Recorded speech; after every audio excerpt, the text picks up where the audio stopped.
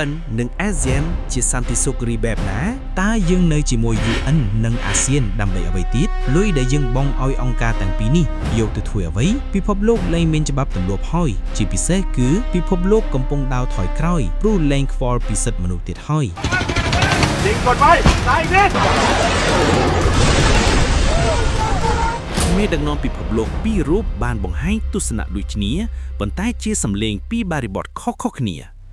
ប្រធានាធិបតីអ៊ុយក្រែនថ្លែងថាច្បាប់អន្តរជាតិមិនអាចការពារបានទេប្រសិនបើគ្មានកម្លាំងមានតែអាវុធនិងសមត្ថភាពការពារខ្លួនឯងប៉ុណ្ណោះដែលអាចធានាសន្តិសុខជាតិបានប្រធានាធិបតីកូរ៉េខាងជើងថ្លែងថាប្រសិនបើអ្នកមិនខ្លាំងអ្នកនឹងក្លាយទៅជាជនរងគ្រោះដ៏គួរអាណិតក្នុងពិភពនយោបាយនេះគ្មានយុត្តិធម៌សម្រាប់អ្នកទន់ខ្សោយឡើយនៅក្នុងពិភពនយោបាយអន្តរជាតិកម្លាំងនិងសមត្ថភាពការពារខ្លួនឯងត្រូវបានចាត់ទុកថាជាគន្លឹះសម្រាប់ការរស់រានមានជីវិតនិងអធិបតេយ្យភាពរបស់ប្រទេសមួយបើយើងខ្សោយសត្រូវជន់កហើយតើមានប្រទេសមហាអំណាចមួយណាដែលមិនចង់បានចំណេញពីប្រទេសតូចតាចនោះ UN តើអ្នកនៅទីណា UNESCO តើអ្នកនៅទីណាប្រាសាទដែលជាសម្បត្តិបេតិកភណ្ឌពិភពលោកត្រូវបានខ្ទេចខ្ទីអស់ហើយតើដីនៅកន្លែងណាខ្លះទំហំប៉ុន្មានដែលកម្ពុជាបានឈ្លានពានប្រទេសថៃហើយថៃផ្អែកលើមូលដ្ឋានអ្វីដែលអះអាងថាដែនដីនោះជារបស់ថៃតើកម្ពុជាបានឈ្លានពានដែនដីថៃនៅឆ្នាំណាហេតុអ្វីពេលនោះថៃមិនធ្វើសកម្មភាពការពារ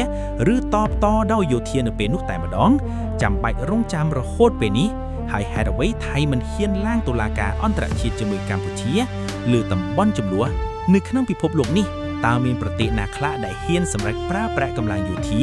វាចូលប្រទេសមួយផ្សេងទៀតក្រោមហេតុផលថាដើម្បីការពារសុខសុវត្ថិភាពរបស់ប្រជាជនខ្លួននៅរយៈពេលវែងឬមួយថៃគិតថាខ្លួនអាចវាយប្រទេសណាក៏បានឲ្យតែខ្លួនយល់ថាគម្រាមកំហែងដល់សន្តិសុខប្រទេសថៃយោធាថៃកន្លងមកតែងតែប្រើប្រាស់ផែនទីខ្នាត1 លើ 50,000 ដែលខ្លួនធ្វើឡើងដោយឯកតេយ្យភាគីដើម្បីមកអះអាងពីព្រំដែនជាមួយកម្ពុជាไม่ได้บรรจุอยู่ใน MOU 2543ดังนั้นพอนั่งโต๊ะเจรจาปุ๊บเรางัดแผนที่1 ต่อ 50,000ขึ้นมาเขาก็ชี้หน้าเราสิใช้เอกสารนอก MOU มาเจรจาได้ยังไงកម្ពុជាផ្អែកលើផែនទីខ្នាត1 លើ 200,000 ដែលជាផលនៃសន្ធិសញ្ញាបារាំងសៀមឆ្នាំ1904-1907តុលាការយុត្តិធម៌អន្តរជាតិ ICJ កាលពីឆ្នាំ1962និងការបកស្រាយបន្ថែមឆ្នាំ2013បានទទួលស្គាល់ថាខ្សែបន្ទាត់លើផែនទីនេះជាមូលដ្ឋានកំណត់ដែនអធិបតេយ្យភាពរួចស្រេចទៅហើយការបដិសេធយន្តការអន្តរជាតិយុទ្ធសាស្ត្រនយោបាយថៃតែងតែចង់ដោះស្រាយបញ្ហាតាមរយៈទ្វេភាគីកម្ពុជាថៃជាជាងយន្តការអន្តរជាតិអាស៊ានឬ UN នេះក៏ព្រោះថានៅនាមជាប្រទេសមានអំណាចសេដ្ឋកិច្ចនិងយោធាខ្លាំងថៃជឿថាអាចសម្លុតកម្ពុជាបាននៅក្នុងការចរចាទល់មុខគ្នាការខ្លាយចាញ់ក្តីប្រវត្តិសាស្ត្របានបង្ហាញថានៅពេលឡើងតុលាការអន្តរជាតិ ICJ ថៃតែងតែចាញ់ក្តីកម្ពុជាដោយសារកម្ពុជាប្រើប្រាស់ផែនទីធ្វើឡើងក្រោមសន្ធិសញ្ញាបារាំងសៀមឆ្នាំ1904-1907មានទម្ងន់ច្បាប់ខ្ពស់ជាងនៅក្នុងច្បាប់អន្តរជាតិធម្មនុញ្ញសហប្រជាជាតិការប្រើប្រាស់កម្លាំងយោធាត្រូវបានអនុញ្ញាតតែក្នុងករណីការពារខ្លួន self defense ប៉ុណ្ណោះអំណាចថាវាយដើម្បីសន្តិសុខរយៈពេលវែងមិនមែនជាគោលការណ៍ច្បាប់អន្តរជាតិដែលគេទទួលស្គាល់ទូទៅទេថៃលើកឡើងថាវាខ្មែរដើម្បីធានាសន្តិសុខរយៈពេលវែងដើម្បីការពារអាយុជីវិតប្រជាជនថៃនេះគឺជាដំណើរការដែលអ្នកនយោបាយប្រែបញ្ហាធម្មតាដូចជាចំនួនព្រំដែនដែលគួរដោះស្រាយតាមផ្លូវទូតនៅពេលបញ្ហាមួយត្រូវបានធ្វើឲ្យคล้ายទៅជាសន្តិសុខគោលនិយមរដ្ឋាភិបាលមានសិទ្ធិប្រើប្រាស់វិធានការវិសាមញ្ញដូចជាការធ្វើសង្គ្រាមដោយមិនចាំបាច់ឆ្លងកាត់ការដោះស្រាយតាមនីតិប្រជាធម្មតាឡើយនៅក្នុងទ្រឹស្ដីនយោបាយគេហៅថា preemptive war សង្គ្រាមបង្ការមុនដែលជាធម្មតាត្រូវបានប្រើប្រាស់ដោយរដ្ឋដែលមានឥរិយាបថឈ្លានពានគេលើសពីនេះគឺនៅពេលមានការអំពាវនាវឲ្យឈប់បាញ់ស្ងប់ពីសំណាក់ប្រទេសមហាអំណាចដូចជាសហរដ្ឋអាមេរិកចិននិងប្រធានអាស៊ានប្រទេសម៉ាឡេស៊ីដែលជាប្រធានអាស៊ានបដូវវេននាយករដ្ឋមន្ត្រីថៃលោកអនុទីនបែបបង្ហាញឥរិយាបថអធិបតេយ្យនិយមជ្រុលពេកដោយប្រាប់ឲ្យប្រទេសមហាអំណាចដូចជាសហរដ្ឋអាមេរិកចិននិងប្រធានអាស៊ានប្រទេសម៉ាឡេស៊ី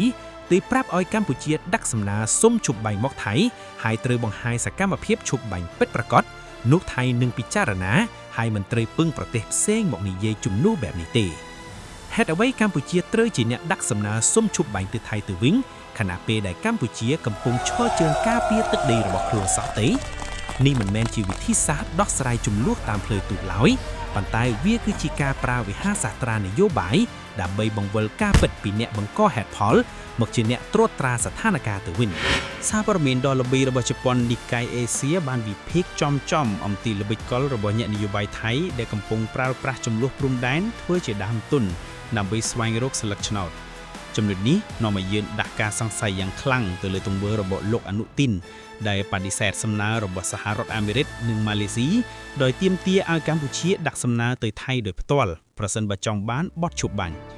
ការទាមទារនេះទំនងជាមិនមែនដើម្បីសន្តិភាពទេប៉ុន្តែជាល្បិចកលនយោបាយប្រសិនបើកម្ពុជាដាក់សំណើទៅថៃផ្ទាល់ក្រុមអ្នកនយោបាយថៃនឹងយកចំណុចនេះទៅឃោសនាបោកប្រាស់ប្រជាជនខ្លួនថាឃើញទេថៃខ្លាំងណាស់វារហូតដល់កម្ពុជាទ្រាំមិនបានត្រូវមកសុំអង្វរចុះចាញ់នេះគឺជាយុទ្ធសាស្ត្រយកទីហ៊ានធ្វើជាកូនអុកនិងយកកម្ពុជាធ្វើជាឈ្នន់ដើម្បីបំពេញមហិច្ឆតាអំណាចរបស់ខ្លួនដោយអ្វីដែលកាសែតជប៉ុនបានសរសេរពិតមែនទោះជាយ៉ាងនេះក្តីល្បិចនេះប្រហែលជាមិនងាយសម្រេចដោយការគិតនោះទេព្រោះមានភ្នែកពីរគូកំពុងសម្លុកសម្លឹងមិនដាក់ភ្នែកនិងត្រៀមចាត់វិធានការនោះគឺសហរដ្ឋអាមេរិកនិងម៉ាឡេស៊ីដែលដឹងច្បាស់ពីចរិតរបស់ថៃប្រើកម្លាំងគ្រប់ប្រភេទទាំងជើងគោកជើងអាកាសនិងជើងទឹកក្នុងនោះរួមមានយន្តហោះចម្បាំង F-16 និង Gripen គ្រាប់បែកចង្កោមផ្សែងពុល drone ភីឃាត drone ទម្លាក់គ្រាប់បែកយន្តហោះគ្មានមនុស្សបើកកាំភ្លើងធំរ៉ុកកែតចម្ងាយឆ្ងាយរត់ក្រោះរត់ពីស្ដែកព្រមទាំងកម្លាំងតបថ្មជើងដើម្បីបំផ្លាញទាំងហេដ្ឋារចនាសម្ព័ន្ធស៊ីវិលដូចជាស្ពានថ្នល់សាលារៀនវត្តអារាមជំរុំជនភៀសខ្លួននិងលំនៅឋានប្រជាជនហើយបន្តបដិសេធមិនគោរពបទជប់បាញ់ដូច្នេះច្បាស់ណាស់ថាប្រទេសកម្ពុជាមិនមែនជាអ្នករំលោភបំពាននិងបង្កសង្គ្រាមឈ្លានពានទៅលើប្រទេសថៃនោះទេហើយសកម្មភាពអស់ទាំងនេះពុំមែនជាការអនុវត្តសិទ្ធិការពារខ្លួនដោយប្រទេសថៃបានអះអាងឡើយផ្អែកលើចំណុចទាំង5នេះគឺប្រទេសកម្ពុជាជាអ្នករងគ្រោះការពារខ្លួនហើយប្រទេសថៃជាអ្នកបង្កសង្គ្រាមឈ្លានពានលេបយកទឹកដីកម្ពុជា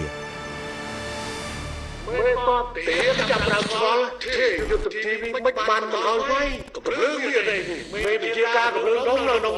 រថក្រុងមានអាលើរថនោះសុទ្ធតែកំភ្លើង100លីទៀតរថក្រុងមកប្រើតែខ្មៅជូនៅក្នុងបបឆាយចាំចូលមកវាមិនមែនទូលត្រង់សេមកទេឲ្យមកដាក់ខ្លាំងទៅ